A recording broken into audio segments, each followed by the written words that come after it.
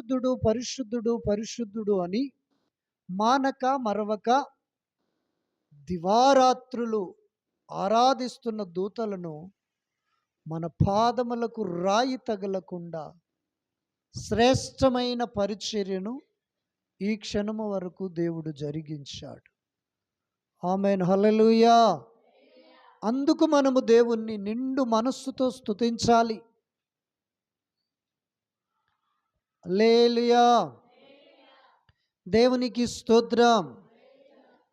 నూతన సంవత్సరములో ఎంతమంది దేవుని ఆశీర్వాదం పొందాలనుకుంటున్నారు? మంచిది. హల్లెలూయా.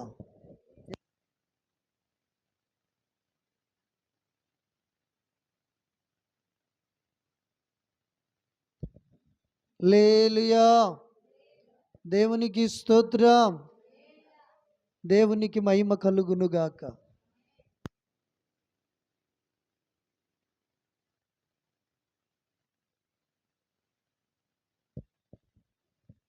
హల్లెలూయా. నీకు టీ. స్తోత్రం. హల్లెలూయా. నూతన సంవత్సరములో దేవుని యొక్క వాత్సల్యత కావాలి అనుకుంటున్న వారు ఎంతమంది? దేవుడు వాత్సల్యత అనగా ప్రేమ. దేవుని ప్రేమ ఉంటే మనుషుల ప్రేమ మనకు దొరుకుతుంది.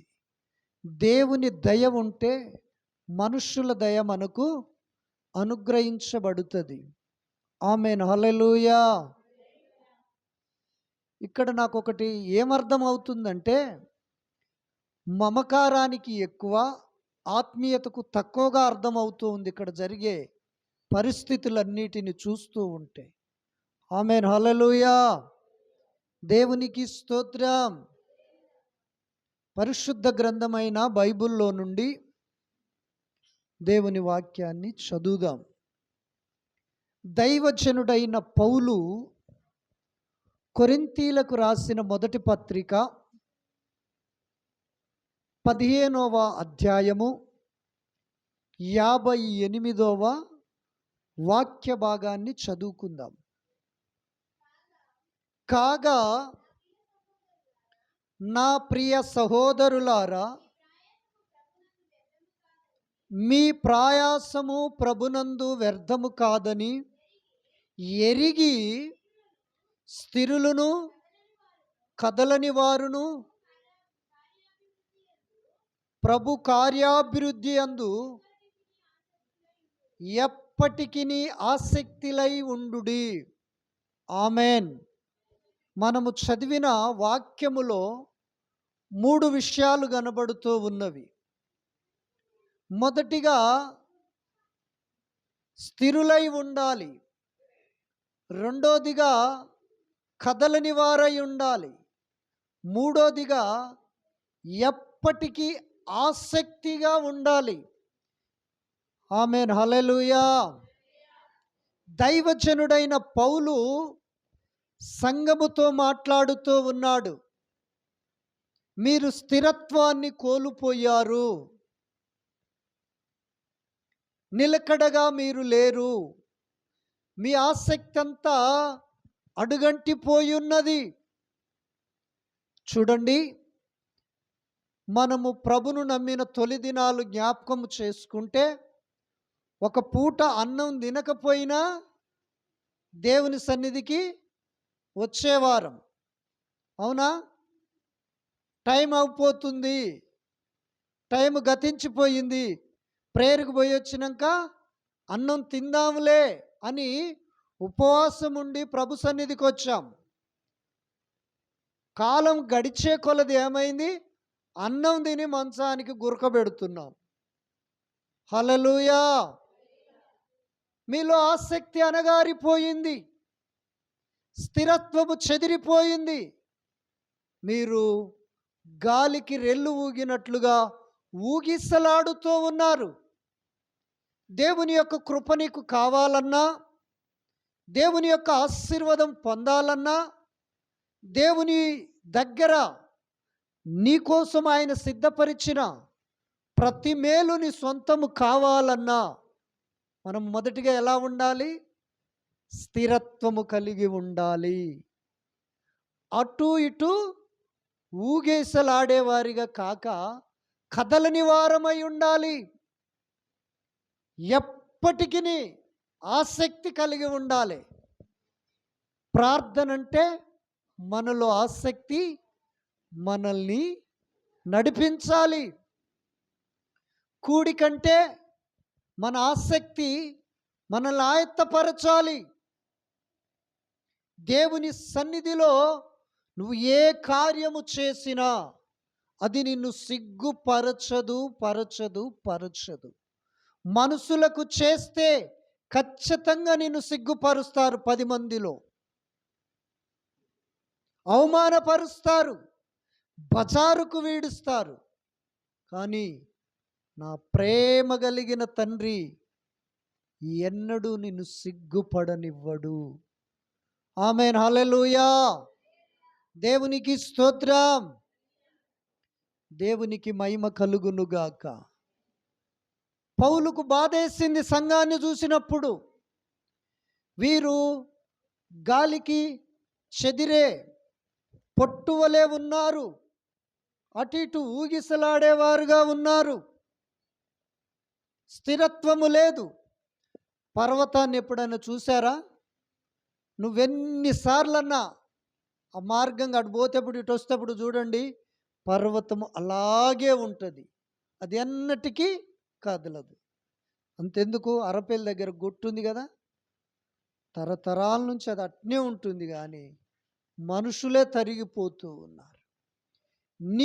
నేను ప్రభులో కూడా అట్లా స్థిరముగా ఉండాలి. అయిష్టముగా ఉండకూడదు. ప్రార్థన అంటే ఒకప్పుడు నీవు బహు పౌరుషముగా చేశావు, ఇప్పుడు ప్రార్థనే లేదు నీకు. ఒకప్పుడు ప్రార్థనకు దేవుడు నిన్ను బలపరిచి లేపితే తెల్లవార్లు ప్రార్థన చేశావు. ఇప్పుడు శరీరం సహకరించినా ప్రార్థన చేస్తలేవు. దేవుని ఆశీర్వాదము నేను మనందరము పొందాలంటే అస్థిరత్వము నుండి బయటికి రావాలి. నిలకడలేని మనస్సు నుండి, చంచలమైన మనస్సు నుండి బయటికి రావాలి.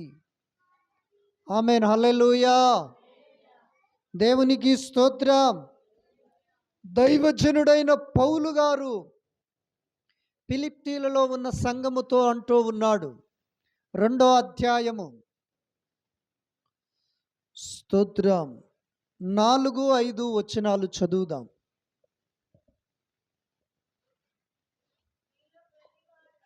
మీలో ప్రతివాడును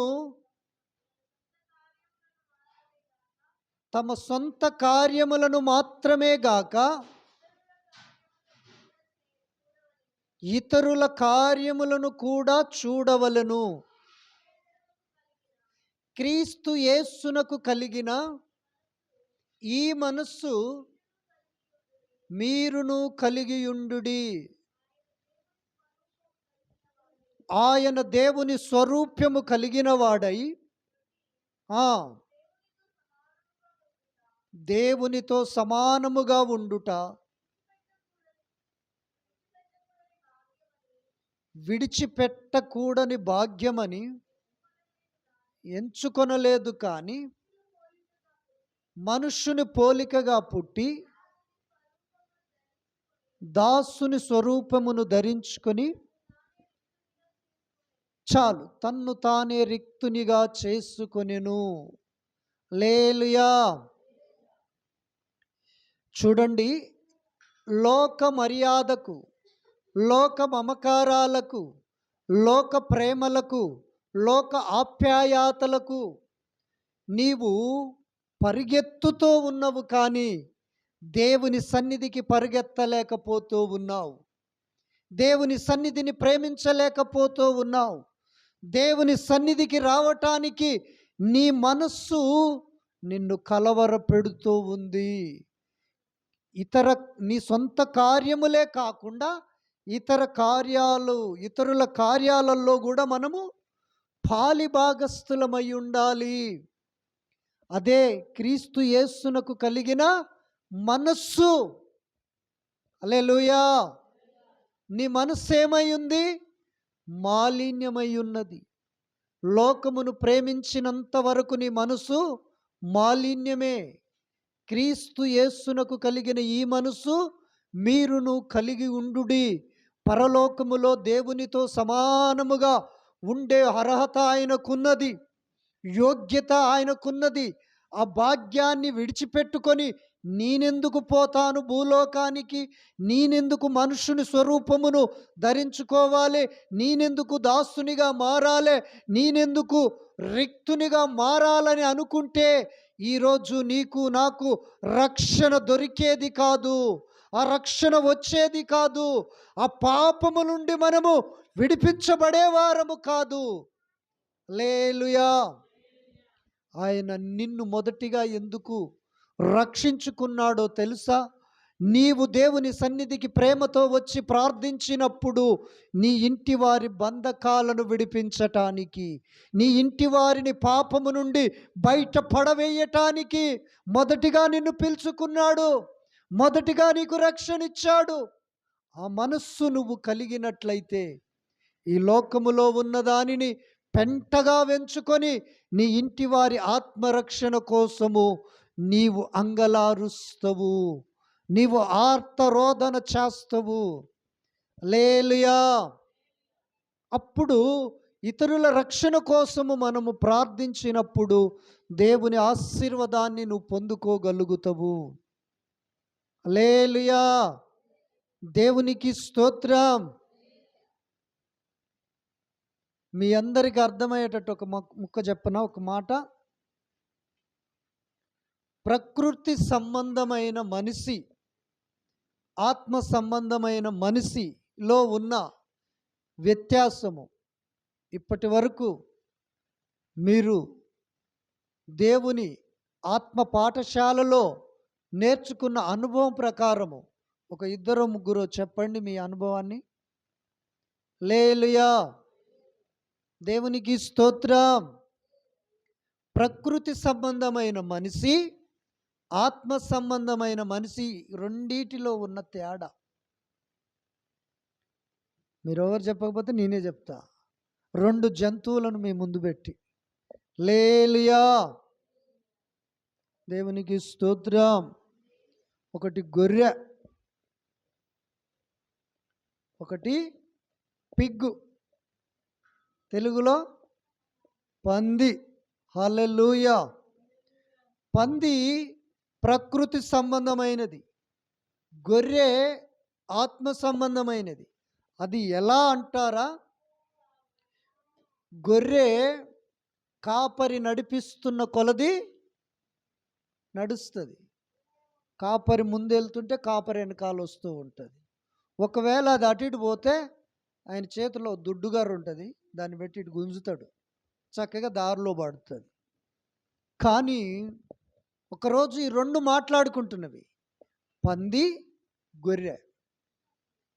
గొర్రెనంటుంది పంది, ఎప్పుడు నువ్వు ఆ పచ్చిక మీదనే ఉంటావేంది, నా దగ్గరికి రా, బురదలు చూడు నేను ఎలా ఎంజాయ్ చేస్తున్నానో, ఎలా గడుపుతున్నానో, ఎలా సంతోషిస్తున్నానో అని పంది అంటూ ఉంది.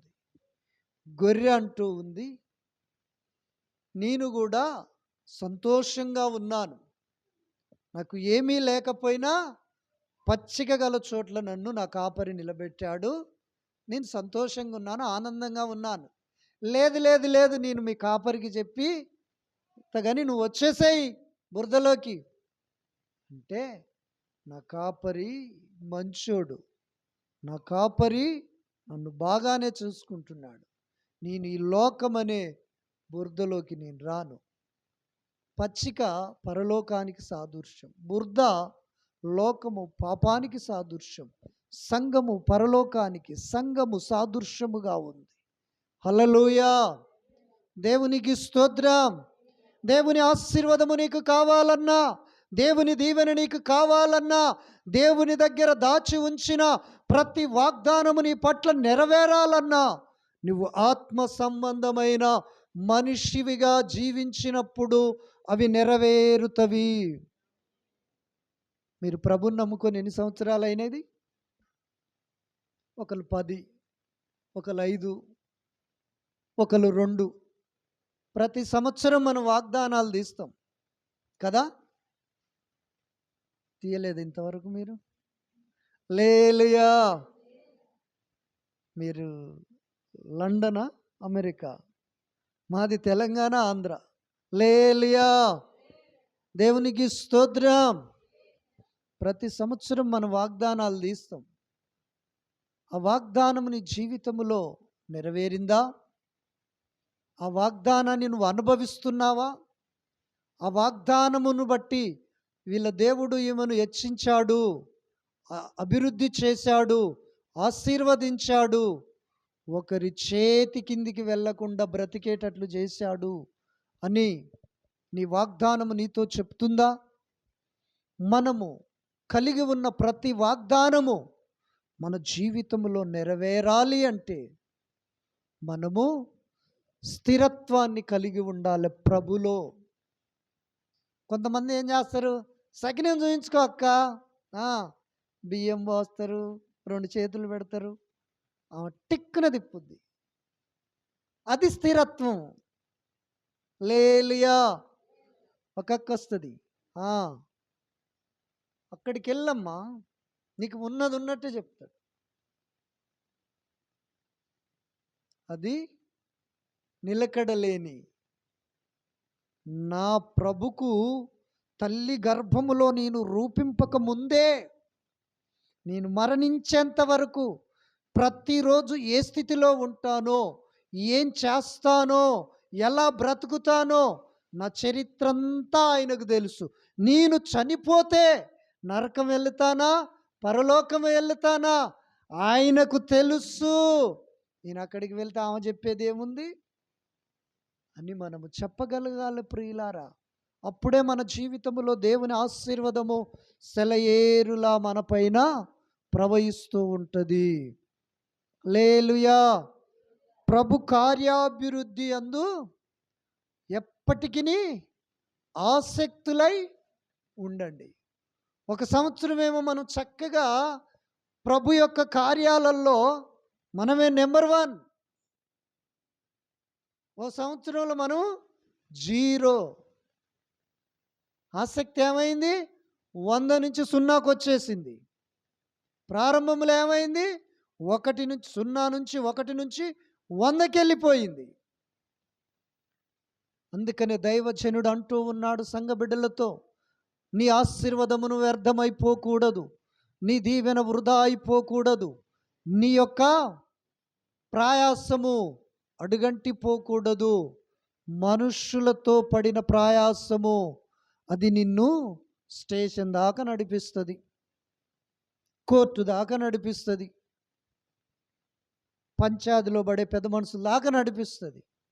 ప్రభునందు పడిన ప్రయాసం ఉందే నీ తల ఎత్తుద్ది, నీ గౌరవాన్ని పెంచుద్ది, నీ యొక్క స్టేటస్ను పెంచుద్ది ప్రియులారా.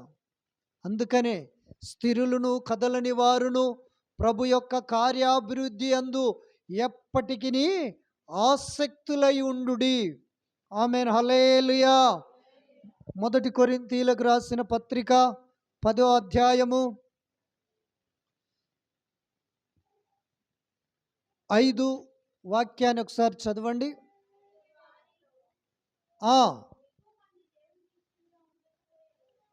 ఎక్కువ మంది దేవునికి ఇష్టలుగా ఉండకపోయిరి గనుక చాలు అరణ్యములో సంహరించబడిరి. 10వ వాక్యాన్ని చదవండి. మీరు సనుగు కొనకుడి, వారిలో కొందరు సనిగి సంమారకుని చేత నశించిరి. చాలు. హల్లెలూయా. ఇప్పుడు చదివిన 2 వాక్యాలలో 3 మాటలు ఉన్నవి. వారు దేవునికి ఇష్టలుగా లేరు. విశ్వాసము లేకుండా దేవునికి ఇష్టలై ఉండుట అసాధ్యము. తర్వాత సనిగారు, గునిగారు. దేవుడు ఐగుప్తులో వారు మొరపెట్టగా దేవుడు వారి మూలుగులను విని ఐగుప్తు నుండి బయటికి తీసుకొచ్చినాక ఎర్ర సముద్రం అడ్డొచ్చింది. ఎర్ర సముద్రము కాడికి రాగానే మరలా హల్లెలూయా, దేవునికి స్తోత్రం, ప్రైజ్ ది లార్డ్. దేవుని ఆశీర్వాదానికి వారసులుగా మార్చబడటానికి తన శ్రేష్టమైన మాటలు నీకు దేవుడు వినిపిస్తూ ఉన్నాడు.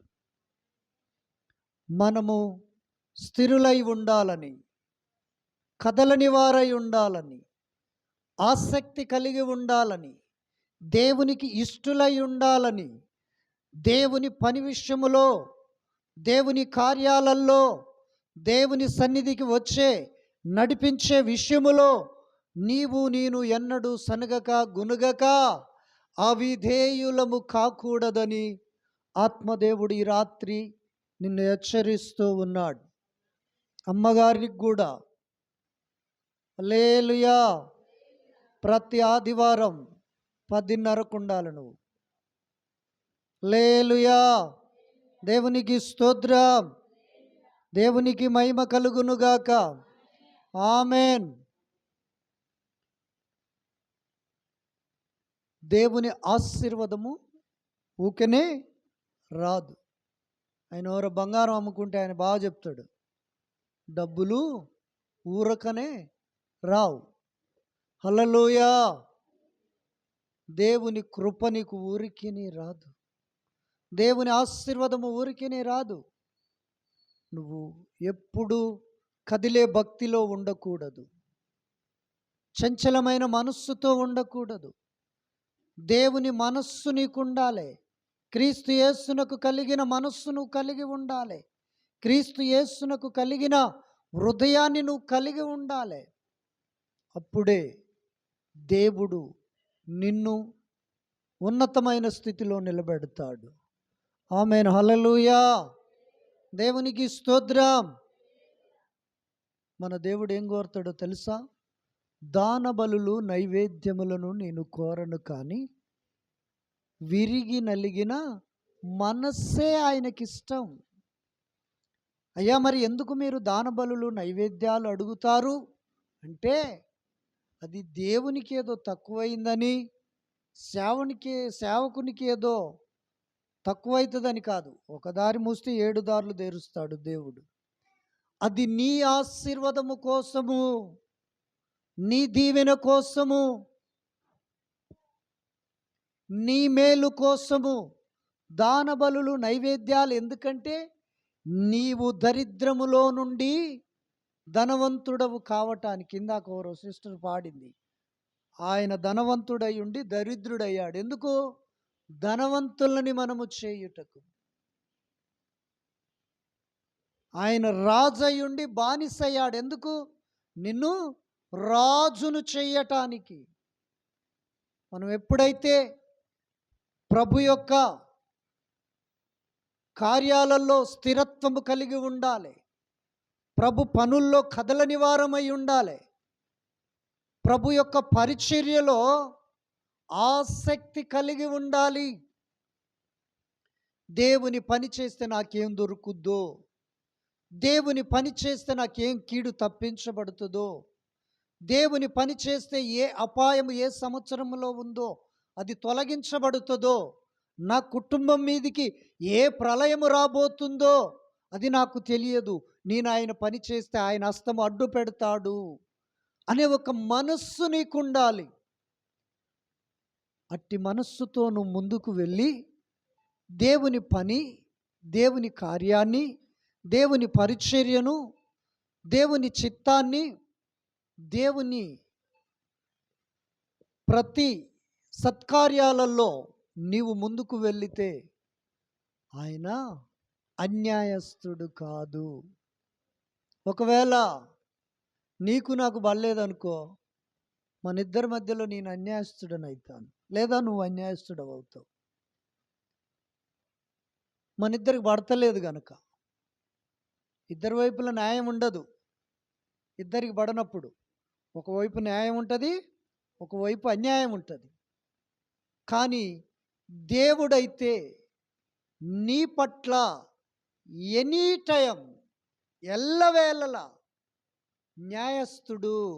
నీకు అన్యాయం చేయడు. ఎందుకు?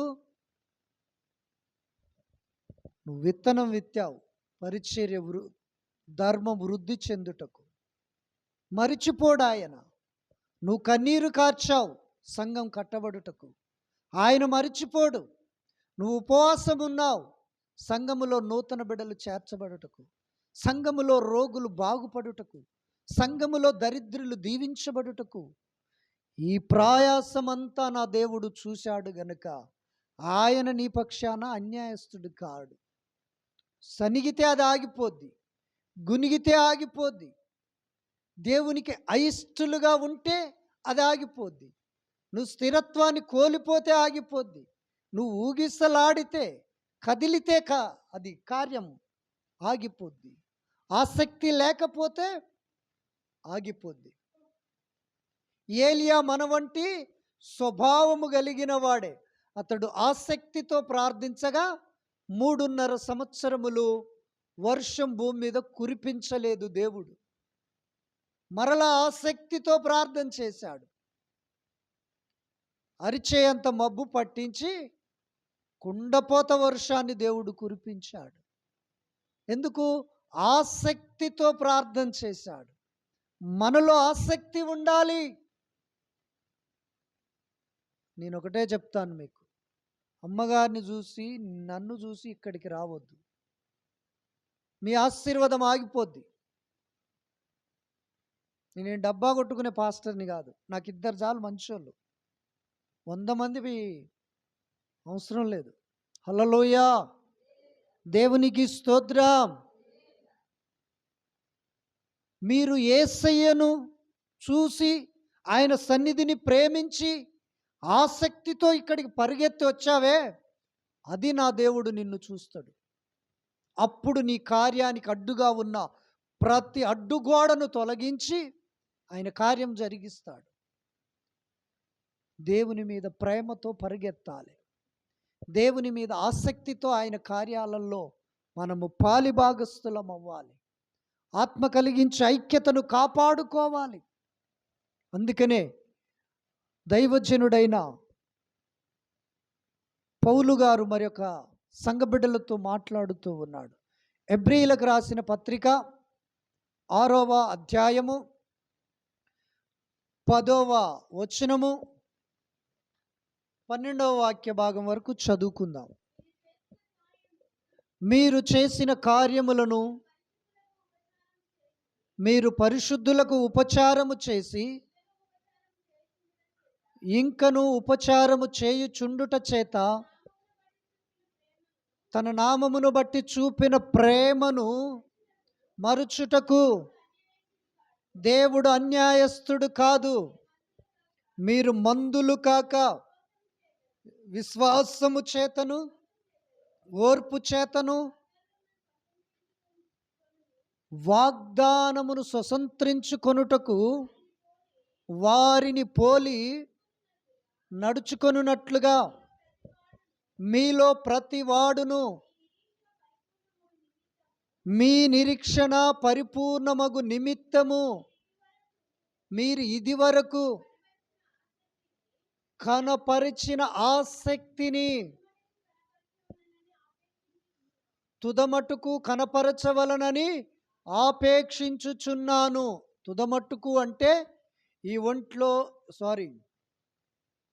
నాలో ఉన్న ఊపిరి ఆగే వరకు, నేను శ్వాస విడిచే వరకు, ఈ లోకము నుండి దేవుడు పిలుచుకునే ఆ సమయము వరకు తుదమట్టుకు నేను ఆసక్తిని చూపుతూనే ఉండాలి.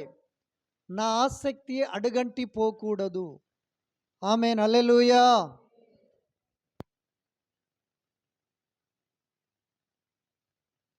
హల్లెలూయా. దైవ సన్నిధికి గౌరవం ఇవ్వాలి. నువ్వు ఎవరివైనా కావచ్చు, నన్ను ఎల్లగొడితే పోతా, రాను. హల్లెలూయా. దేవునికి స్తోత్రం. దేవుని సన్నిధిని మనము ప్రేమించు వారమై ఉండాలి. దేవుని సన్నిధిని మనము హల్లెలూయా. దేవునికి స్తోత్రం. దేవునికి మహిమ కలుగును గాక. ఆమేన్. వెంకన్న గారు, టైం ఎంత అయింది చెప్పు నాన్న. ఇంకా చాలా టైం ఉంది. నాకు టైము అంటే టక్కున బంద్ చేస్తాను. స్తోత్రమయ్యా. హల్లెలూయా. దేవునికి మహిమ కలుగునుగాక. నా దేవుడు నిన్ను ప్రేమిస్తూ ఉన్నాడు, నీలో సనుగుళ్ళు పోవాలని. నా దేవుడు నిన్ను ఇష్టపడుతూ ఉన్నాడు, గునుగుళ్ళు పోవాలని. నీలో అవిశ్వాసము పోయి విశ్వాసము వృద్ధి చెందాలని కోరుకుంటున్నాడు. నీవు మందులు కావద్దని ఇష్టపడుతూ ఉన్నాడు. ఎందుకో తెలుసా? మన పితరులు దేవుడు చేసిన వాగ్దానాన్ని పొందారట. వారు మందులు కాలేదట. తుదమట్టుకు వారు విశ్వాసమును కనపరిచారు. నీవు నేను కూడా అట్టి విశ్వాసాన్ని కనపరుస్తూ ఈ ఇంకొక కొన్ని నిమిషాలలో తీయబోతున్న వాగ్దానాన్ని 2026 సంవత్సరములో మనము పొంది అనుభవించాలన్నదే దేవుని కోరిక, దేవుని మనస్సు, దేవుని ప్రణాళిక. ఇందాక వాడుకున్నారు కదా, గాలికి తాటి చెట్టు ఊగినట్లుగా. హల్లెలూయా. నా పట్ల నీ ప్రణాళిక ఏంటయ్యా? నీవు నన్ను పిలిచిన ఉద్దేశం ఏంటయ్యా? నాలో సనుగుడు గునుగుడు పోవాలి, మందము విడిచిపెట్టాలి, స్థిరత్వం కలగాలి. హల్లెలూయా. కదలక ఉండాలి. ఆయన కార్యాలలో ఆసక్తి కలగాలి. హల్లెలూయా. మన కుమారుడు వెంకన్న గారు ఎంత ఆసక్తి ఉంటే తాటి చెట్లను నేను విడిచిపెట్టమని గత 2 సంవత్సరాల నుంచి చెప్తున్నా, అసలే విడిచిపెడతలేడు. అంటే ఎంత ఆసక్తి. హల్లెలూయా. దేవునికి మహిమ కలుగునుగాక. ఆమేన్. మన దేవుడు పరిశుద్ధుడు. మనము పరిశుద్ధముగా బ్రతికినప్పుడు, పరిశుద్ధముగా జీవించినప్పుడు, పరిశుద్ధముగా ముందుకు వెళ్ళుతున్నప్పుడు పర్వతములు సైతమును సదును భూమిగా నా దేవుడు నీకు మారుస్తాడు. ఆమేన్, హల్లెలూయా. పర్వతములు తొలగిపోయిన, మెట్టలు దద్దరిల్లిన నా కృప నిన్ను వీడిపోదు. పర్వతాలంటే ఏందో తెలుసా? కేసీఆర్. పర్వతం అంటే ఏందో తెలుసా? రేవంత్ రెడ్డి. వాళ్ళందరూ నీకు ఇప్పుడు అండగా ఉండొచ్చు, ఒకవేళ వాళ్ళు తొలగిపోవచ్చు, కానీ దేవుని కృప ఇహమందు పరమందు నీకు స్థిరత్వముగా ఉంటుంది.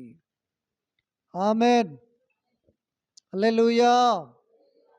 కనుక నా ప్రియ దేవుని సంగమా, 2026 వస్తూ ఉంది, అది నడుస్తూ ఉంది. ఇంకా మనమే ఇక్కడ కూర్చున్నాం గనుక 2026 వాగ్దానము నీ జీవితంలో నెరవేరాలని దేవుడు నీతో మాట్లాడుతూ ఉన్నాడు.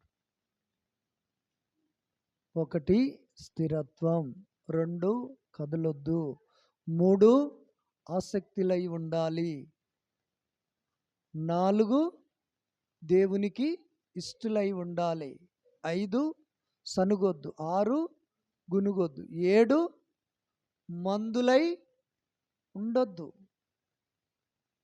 నీ జీవితంలో ఎన్నిటిని చేదైన వేర్లను తొలగించుకుంటే దేవుని కృప నువ్వు పొందబోతూ ఉన్నావు. దేవుని కృప నీ పైకి బహుబలముగా శాశ్వతమైన కృపగా దిగిరాబోతూ ఉంది.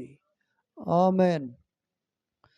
దేవుడు ఈ మాటలు మనందరి జీవితంలో ఒక రూపాంతరమైన అనుభవంలోనికి నడిపించునుగాక. ఆమేన్. ఒకే ఒక మాట చదువుతాం. బంద్